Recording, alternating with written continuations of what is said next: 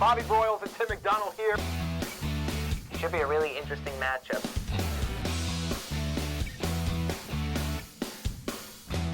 Buckle up. If you're not watching, you got some problems.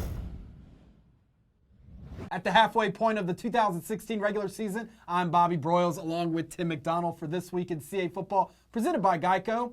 If there was any sign that conference play is starting to get real, we saw it last week. All but one game was decided by 7 points or less, and there are now 4 teams still unbeaten in league play. Hard to decide where to start, so let's go with the triple overtime thriller at Bob Ford Field between Richmond and Albany. Up and down. I mean, with the exception of Nova and Rhode Island, every game really did come down to that fourth quarter, down to the last wire. Richmond outlasted Albany thanks to its rushing defense, 83 rushing yards allowed, 290 total yards overall allowed.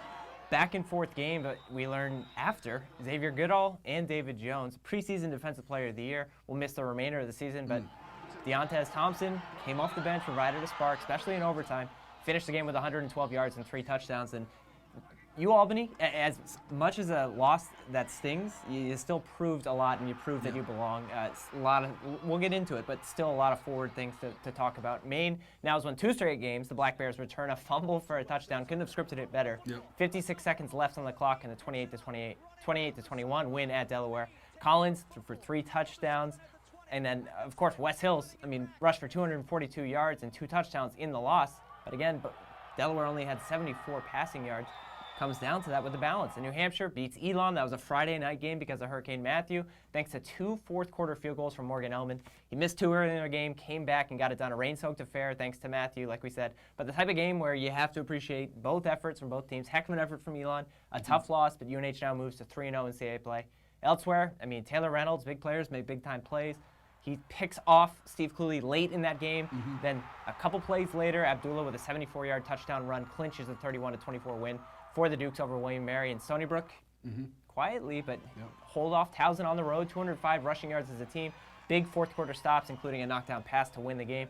Villanova keeps rolling, like we mentioned, 35-0 over Rhode Island. All of a sudden, 22.5 is the margin of victory for the last 5 wins for Villanova. But all in all, a very impressive and a very exciting weekend across conference play. You're slowly and surely starting to see which teams are real and which teams want to start separating themselves amongst the standings. Yeah, well, Tim, if last week wasn't enough, this Saturday features 2 key matchups in the league, both televised by ASN and Comcast Sportsnet. Begin at high noon in Durham, New Hampshire, who plays host to James Madison on the American Sports Network. Great way to start because 2 teams right now who've won 3 straight games, all of which are in conference play. Both are 3-0. First meeting since 2013, which is also the last time these 2 teams meet in Durham. They don't meet every year, but when they do, the games have generally been pretty good. JMU had 329 rushing yards in the win over William Mary last week. We talked about Abdullah, but you got to keep talking about him. 5 straight 100-yard rushing games, 194 yards last week and 3 touchdowns. JMU's coming in, and New Hampshire knows what to expect. 330 rushing yards per game, over 500 yards of offense per game. Number 1 in first downs. It's going to be an offensive explosion, and New Hampshire is going to somehow have to try to slow that down.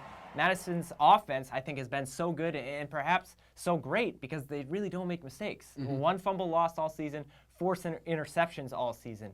We talked about the first time, New Hampshire got the win at Elon. You attribute some of that to weather, some of it to just finding a way to win on the road, which is anytime in CAA football, that's a good win. But talk about the defense for this New Hampshire team. When's the last time we talked about the defense being the center point and the focal point for the Wildcats? Right now, 3rd in scoring defense, 20 points per game. 3rd in rush defense, 128 yards per game allowed. But again, different foes. New Hampshire's played different teams. JMU is a whole other cat. Watch out in this game for the number 1 red zone defense in New Hampshire versus the number 1 first down and number 1 third down conversion offense in JMU. If the flow of the game is going to dictate how the points are going to be scored, it's going to come on 3rd down and it's going to come in the red zone. The Dukes' running attack, if you're New Hampshire, you try to slow it down somehow. If you can slow it down in chunks, that's great. I don't know if you can fully shut it down. No one's been able to this year. Talk about Jordan Powell. He came back in that Elon game, only going to help the New Hampshire offense that much more in that tight end position. And Brian Shore, I think he's going to be able to find space. This is the last passing defense in the CAA in New Hampshire, 6.5 yards per pass and 249 yards per game. 17 straight regular season home wins for New Hampshire, but it's Madison's 2nd road trip north in CAA play this year. An interesting game. It's a great way to start Saturday, especially at noon. after that game ends. Switch it over to Comcast Sportsnet at 3:30 for Villanova playing at Richmond. I think just because of the noon start, we had to start with that game. But, Yes. I mean, this game, how can you not pick Just this as game? good. Absolutely critical in terms of the conference title race. Whoever wins is going to have their platter up top, and whoever loses is still going to be in it, but not as high. The Spiders, I mean, on the road versus Albany, get it done. Of course, we talked about the injuries. Goodall, David Jones, I mean, both of those are going to impact Richmond somehow, some way, as much as people don't think. But I expect Thompson, I expect David Broadus, I expect a whole bunch of different guys to help contribute to that run game to make up for the loss, especially on defense. I mean, if you need a rallying point, what else than your best player, your leader? You got to rally around him. Yep. It's a game for stat geeks. I mean, Villanova has not played a ranked team yet, which no discredit to Villanova, but still haven't played a ranked team. But the Wildcats lead CAA in scoring defense, 15.2 points, rushing defense, 92.3, and total defense, 265.5 yards allowed. The last two games alone, I mean, Villanova has allowed 233 total yards over 2 games and 12 first downs.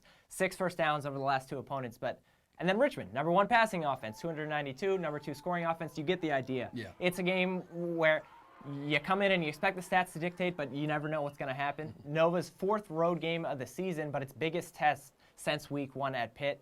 Matt Gudzik, Javon White, Aaron Forbes have all carried the load at running back, have all got the job done for Villanova, and they've been clicking on both sides of the ball. But it comes down to an exciting game because it's Bednarczyk versus Lauletta. Not only 2 different styles, 2 different contrasting styles, but 2 of the league's top quarterbacks on display. A heck of a game for mid-October in CAA play. Really, really looking forward to that, especially you have the noon game. Just flip over and watch that game right after that. Yep, a lot on the line early on Saturday. Looking back to another noon game, Maine returns home riding a 2-game winning streak and welcomes number 17 Albany to Orono.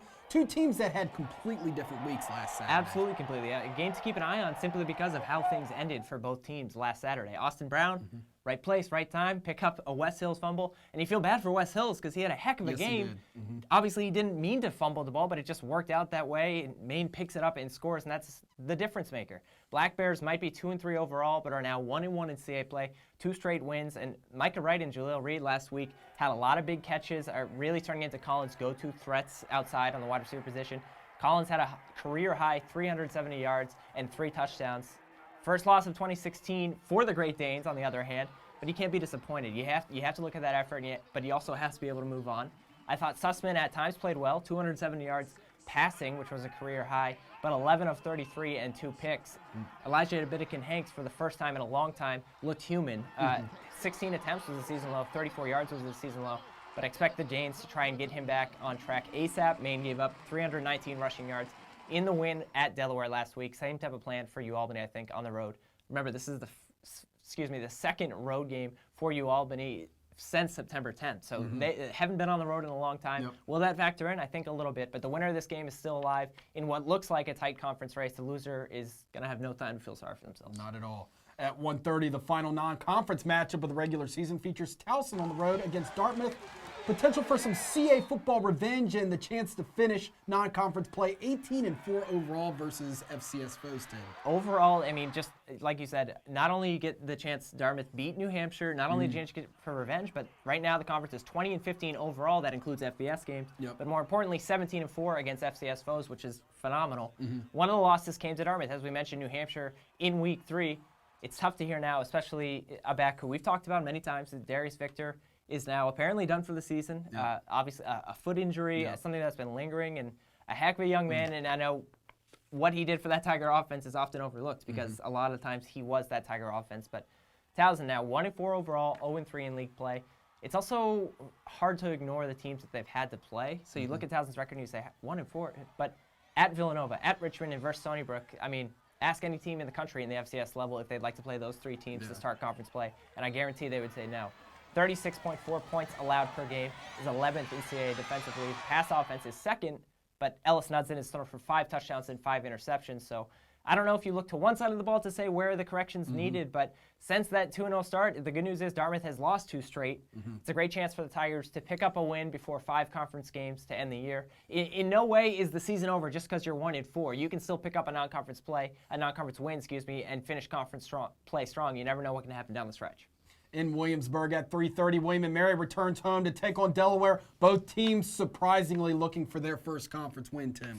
Very few would have guessed and believed that both teams would enter this game without a CAA win before this year started. Yep. The Hens have lost 3 straight, 2 of which are in league play.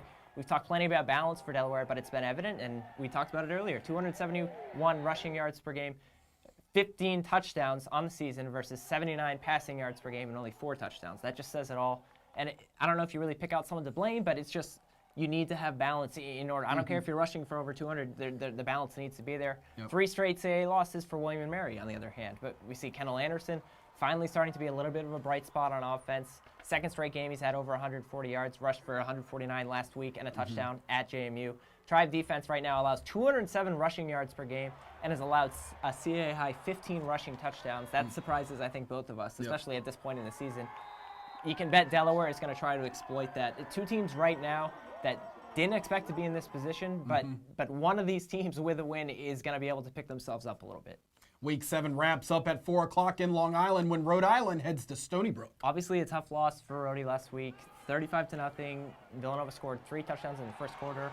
It's another tall task this week at Stony Brook. The Seawolves respond after the bye week with a 27-20 win. That was that late game on Saturday. Yep. Stacey Bedell had 125 of the team's 205 rushing yards. That was key. Also had 2 touchdowns in that one in the fourth quarter that really put the game out of reach. Stony Brook's rush defense right now is 2nd in the CAA, 120 yards per game allowed.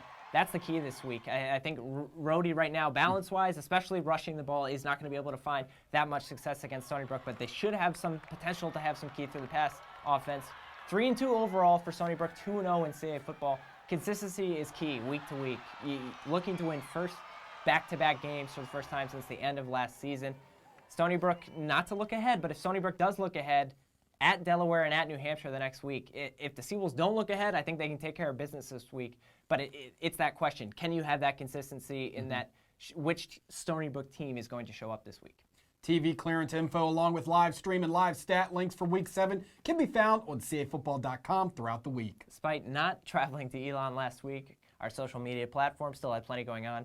Again, they will this week. You can find us on Twitter, Instagram, and Facebook by searching CAA Football and using CAAFB as the official hashtag. Stay up to date with the league's news. It's especially fun on game days. Just so much going on, so much news, and so much content. And like you said, Hurricane Matthew did a number on the Southeast last week. It postponed our scheduled trip to Elon last weekend, but you and Mike will give it another try for homecoming on October 22nd when the Phoenix host Richmond. Just happy speaking with the Elon people. We're just happy that something was able to work out, so we will still be doing the Elon trip. Don't worry.